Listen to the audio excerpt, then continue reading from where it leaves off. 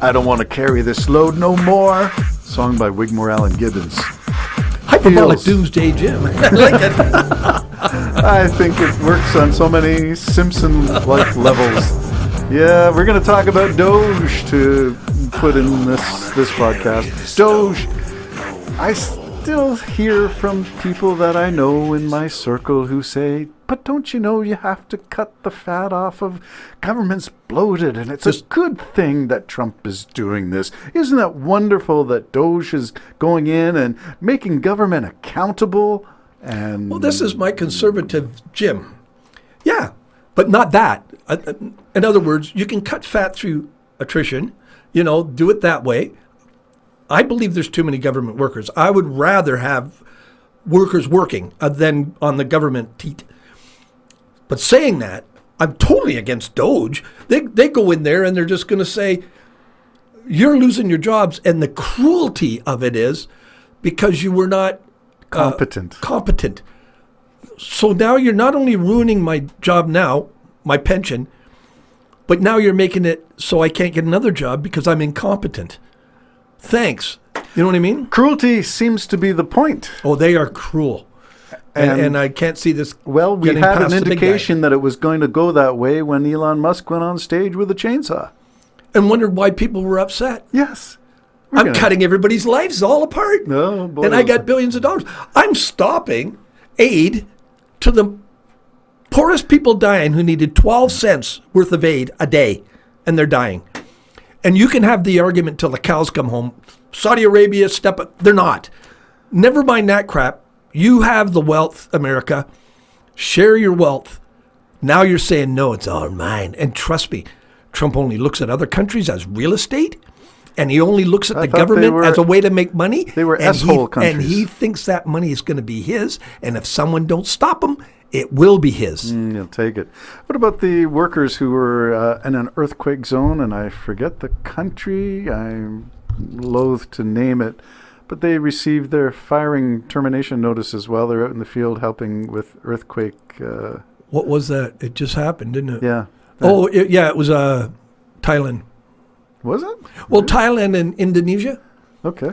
Both of those countries were hit. But I think, is it Indonesia? What's just above Thailand? Is that Indonesia? Got me. Well, that country was devastated. Okay. And they received their notices. While they're Isn't in that the field, about as cruel as you can get? That's as cruel as you can get. While they're trying to understand what just happened and understand how to help, they're given their termination notices. Now, trust me, the people there are probably still helping for free. Now they're probably mortgaging their houses and everything else, and that's how Trump wants it. You pay for it. Captain Chaos. He seems to be it's amazing. sowing seeds of destruction everywhere. Okay, DOGE, I was specifically going to talk about the National Labor Relations Board and how DOGE went in, and this is breaking news, I think it was yesterday, and when it happened, I'm not sure. I think it's over a week ago. But the DOGE crew, Ballsy Boy or whatever his name is. Big balls. Yeah, and the crew went in and wanted the keys to the kingdom, which is all these secret personal data filed. What could go wrong with that? What could go wrong, especially when all the safeguard systems that are on those things to prevent access from outside sources, all the safeguards went offline at the same time. And now we're finding out through a whistleblower that when the systems went down, it was seemed to be a screen job to sort of mask, smoke and mirrors, what they were doing. A Russian external hack was attempted. Whether it was successful, I don't know, but have you heard about that one? I haven't. I can't imagine how much we're not hearing about. Okay, well, let me throw this one out. How about Starlink as a variable? Oh, God. The connection from an IP address in Russia via Starlink to the National Labor Relations Board system. That's the allegation by a whistleblower, and that's just hitting the fan. I can cite the sources, and people can follow it up on their own. What about, why is nobody following up on the guy that said, the Russian who was, said that Trump was vetted? Or what do you call it? Recruited. Yes. Trump was recruited. Yes, his name was Krasnov. Do you remember that? Yeah, but nobody's talking about it. I would like that book. I'd buy that one. His name was Krasnov. But why is nobody talking about it? Because this stuff, there's so much. Remember when he threw the spaghetti at the wall in the White House? That's what's exactly what it happening. is. We are overwhelmed. And he does do this whole squirrel thing.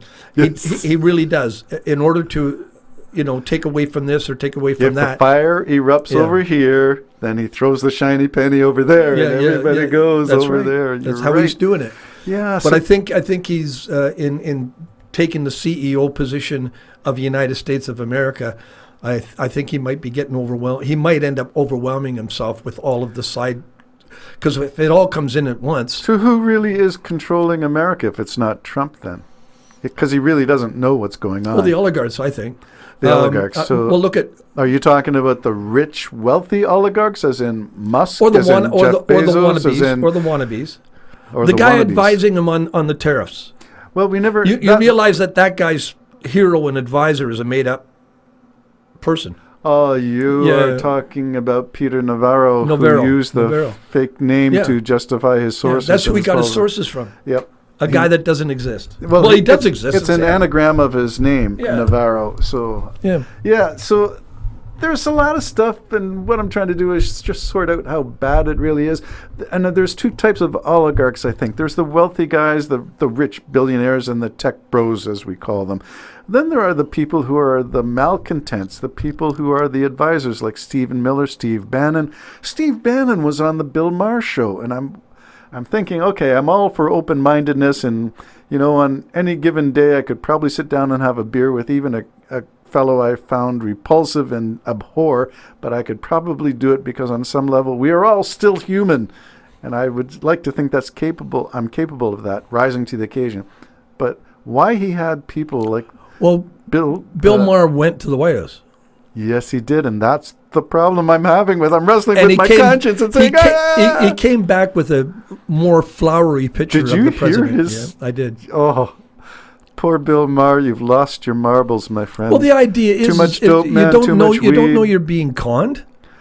And you think the president sees a joke? He must know, right? He's a smart guy. He's a very smart guy. So he was not conned then because he knows better. So what's in it for him? What money did he offer for his soul? I really don't know. I think I like Bill Maher. I love his show. No, but I think you build some people up a little too much. I think sometimes it's flat out fear. Bill Maher's a smart man. And when Trump comes for the media, he's going to go after Stephen Colbert. Yep. He's going to go after them because all of them. But Bill Maher. The late night shows, Jimmy Kimmel. Bill Maher was invited there by Kid Rock, I think, or part of that. Yeah. And there you are, just buds. So Bill Maher will just change his tune, I'm guessing. It was like Rachel Maddow got really mad at the morning show guys the Fox and Friends? MSNBC. The morning show guys, for God's sakes, Terry, they're in the morning every morning. I don't know who they are. Every morning. MSNBC, you watch them. No, I don't. Oh, you're talking about Morning Joe? Yes. Morning Joe couple. I stopped watching them when he went to Mar-a-Lago. There you go. Yeah, so I think it's covering your butt. I think it's cowardice. So all these people are trying to survive what is now going to be the attack. When the end comes to America, they get to keep their money. Wow. What will money be worth, though? How much? I mean, if the end comes... comes... don't forget they're all delusional. Yeah. I mean, they really think that anything on this earth is temporary. Absolutely everything is temporary. But they don't understand that. They don't understand it. And sure, the United States looked, 1 year ago like it could go another 400 years. Now people are wondering. Because, again, we talked about it either earlier in this show or before. Too many fronts. Too many battles. Too many wars. Too many legal. Which is what he wanted, he being Trump. Yeah. Trump wanted the seeds of chaos to be sown. He threw the spaghetti at the wall in the White House. Yeah. This is a form of spaghetti toss. Yeah. And he's done it to the world this time. The scope is ginormous. And it's like his advisor says, unless they were lying, he loves this stuff. Yeah. He just loves it. Because don't forget, he's okay. Yes. He's fine. He's got his gold cutlery. You know what? At the very end, should they come for him, there'll be civil war. Isn't joyful. Have you seen that movie yet? No, I haven't. Oh, please see it so we can discuss it. I'm going to have to watch it. Today's going to be a busy day. I got to do my laundry. I got to make supper. I got to go shopping with couple of widows. No, and then your harem. I don't have to. Look, Of course you all don't this have stuff to. is a joy too. I'm just saying. Yes, and I think that's, my philosophy is more akin to existentialism. Get up in the morning and say, wow, I'm alive. I could get out of bed this morning. I can put one leg in my pants and the other one will follow. My God, isn't this a great day to be alive? It is a great day, and it's a great time to be alive. Even that's what I think this show started, or maybe one of the other ones. Try to get rid of the anxiety. Yeah. Understand, especially we who are older. We've seen a lot. We've gone through a lot. This is quite fascinating in its warped way. We're seeing something we never thought we'd ever see. When are we landing on the beaches of Normandy, It'll Jim? keep you alive. Look at the positive, because it's going to keep your mind alive if you pay attention. So Yes. it's actually going to give you a reason to get up and watch that 7 o'clock show. Yes, right. Okay. Hey, see, I'm not as convinced. bad as the I'm not hyperbolical convinced. missionary, The Jim and whatever. Terry Show. Bye-bye for now. I don't wanna carry this load. Throw the sweat of my brow.